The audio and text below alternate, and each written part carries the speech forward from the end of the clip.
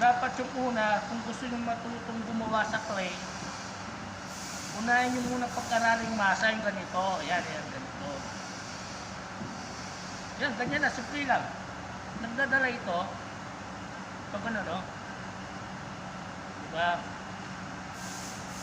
Kasi kung di parehas yung masa, may matigas, may malambot, pagdating sa ano, pag gagawin na ninyo sa masin, nahihirapan kayo kasi di parehas yung lupa. Hindi kayo makakabuo ng maganda. Hindi pantay, ganun. Yan, ganun lang, oh. Tapos, tupin yung dahan-dahan. Yan. Importante yung masa. Yan. Gagawa muna tayo ng max, yung simpleng shake muna. Para masundan nyo ako. Iikot ko lang ba, ano lang, babagal lang para makita nyo yung skin niya. No. No. Ito, gagawa muna tayo ng ano, yung mugs, yung parang baso, yung madaling shape lang. Ito yung mga tools ito, yan. Ikutin lang natin ng mabagal para masundan nyo ako. Tapos, itong dalawang kamay, ipipress nyo yung parehas. Parang pinipisin mo ganon. Yan, o. Yan. Dapat antabayan lang yung ikot. Inaantabayan na lang yung ikot. Yan. Ang importante kasi sa paggawa ng clay, dapat sentro muna. Pag-aralin nyo yung masentro yung lupa. Pag kasi hindi sentro yung lupa, mahirapan kayong gumawa. Kaya dapat panatiliin mong talaga nakasentro yung lupa. Ayan, o. Huwag nyo yung bubutasan sa gitna hanggang hindi sentro. Pag hindi sentro, oval yung magagawa. Tsaka hindi kayo makakabuo. Yan, tapos, ito, gano'n lang siya. Ayan. Pisilin mong pababa. Ayan, o. Pag hindi pa kayo satisfied yung pagkano sentro, pag dikitin mo gano'n yung kamay, tapos, dikitin mo ang video pataas. Taas mo yung pataas. Kung sasama eh. Ayan, o. Diba? O tapos, pisilin mong konti pababa naman. Ganun siya. Pababa. Ayan. Yan. O, sentro mo na, diba? O, ngayon ka lang magbubutas. Ang pagbutas naman nito, ganon. Hindi talagang ibabara mo yung dalawang daliri mo. Pagkabutas ng dalawang daliri mo, ipupus mo palabas pa gano'n, pa-forward. Ayan na, tignan nyo ha. Putasin ko muna. Babang ko yung dalawang daliri ko. O. Tapos tatansyahin yung yung breadth, yung pinaka-base niya kung gaano kakapal. Pero huwag na yung pag-aralin muna. Pag-aralin mo paano ka makakabuo. O.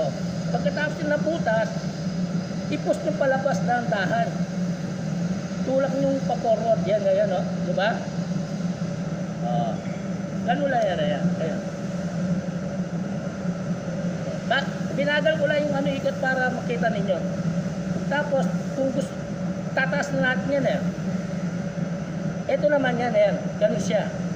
Saka ganun lang mo. Tapos, itaas mo. Yan. Dahan-dahan lang pag gano'n, no? Tingnan nyo, ha? Ayan, diba? Ayan. O. Itaas mong dahan-dahan. Pusa siyang ha? O. Habang umiikot siya, pinipisil mong dahan-dahan pataas. Dapat yung kamay mo naka-steady, hindi yung galaw-galaw. Ayan, di ba? Pusa naman siya tataas eh. Basta nakagano lang yung mo yan, sa loob. Ayan, nakagano siya. O.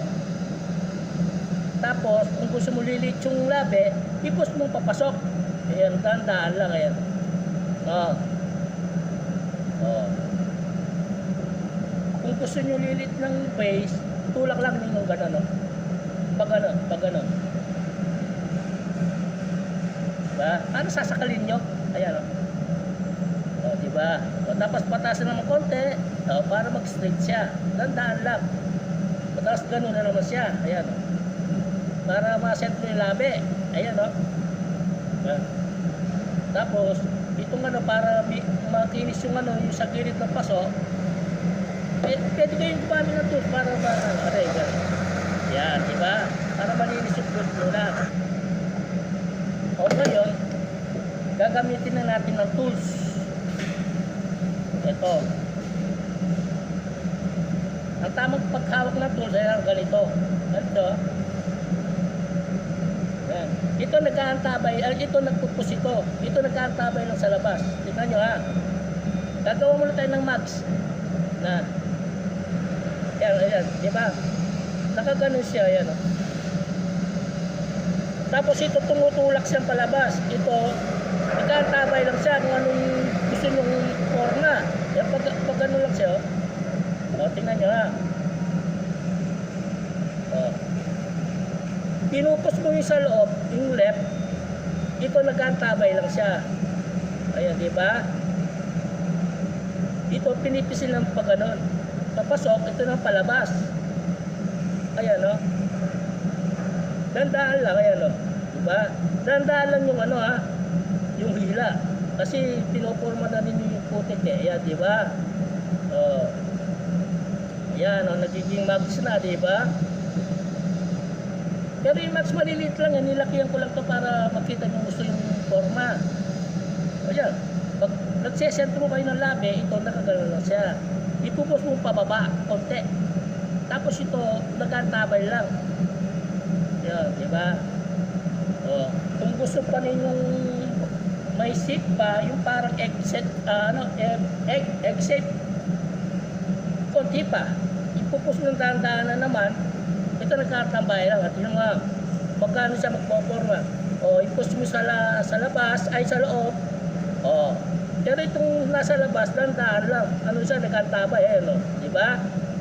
Kung siya nagbubugo, no. Yan, ito lang yung pinakamadali lang ano, shape. Para lang masundan nyo. Yan o, di ba? Naka-mags na. Sa una lang yung mahirap. Ang unang gagawin nyo para agad kayong matuto, nagmasa muna kayo ng maayos. Pag na perfect na ninyo yung masa, tapos ito na yung kasunod. Madali na lang yun. Pag ano, ito na talaga magpapokus ako sa tutorial. Yung kung gusto nyo patuloy akong mag-upload ng tutorial, mag-subscribe kayo sa channel ko para masundan nyo lahat yung mga tutorial ko. Hanggang sa matuto kayo. Natututo kayo sa sa tutorial. Tapos kayong question kung saan nabibili yung lupa, putik sa Pinas, meron akong contact dyan sa Pinas. Tapos itong machine meron din. Kahit sa bahay lang kayo gagawa. Ito, ito nakakalibang to eh. Tapos kung mga vlogger pa kayo, hindi kayo mamawalan ng content. Kahit iba-ibang shape lang gagawin nyo, o pagkatapos ng ginawa nyo gano'n, pwede nyo lagyan ng design, o yung piin, yung mga art ba.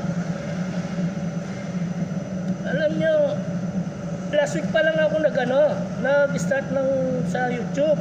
Nakita ko sa mga vlog, nakikita ko rin mga ganito, tutorial na ceramics. Sayang naman yung yung skill ko. Ito talaga yung skill ko paggawa ng paso. Kung ma-monetize man tayo, mas maganda kahit na mag-forward na tayo, di ba?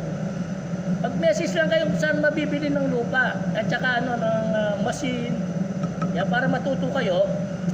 Pag nakabili na kayo, magse-set up tayo ng schedule, mag-live ako, gagawa din kayo, tuturo paano, meron na rin kayong machine, di ba? Madali lang matuto yun. Di ba? Ganyan ang kadali, di ba?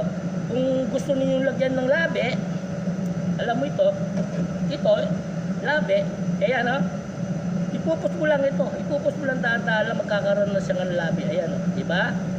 Pero ito nakantabay lang ganun, nakantabay lang to.